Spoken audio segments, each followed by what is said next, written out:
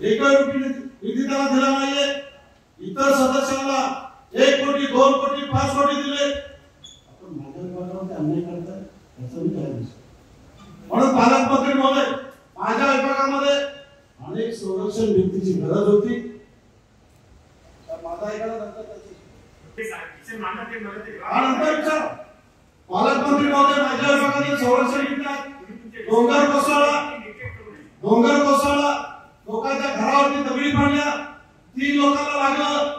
शासकीय लोकांना, त्या अधिकाऱ्यांना मी बोलवलं, एकही अधिकारी हॉस्पिटल आला। आणि म्हणून अध्यक्ष महोदय, जर माझ्या विभागावरती असा अन्याय करणार असेल तर हे केलेले तुम्ही जाहीर निषेध करताय।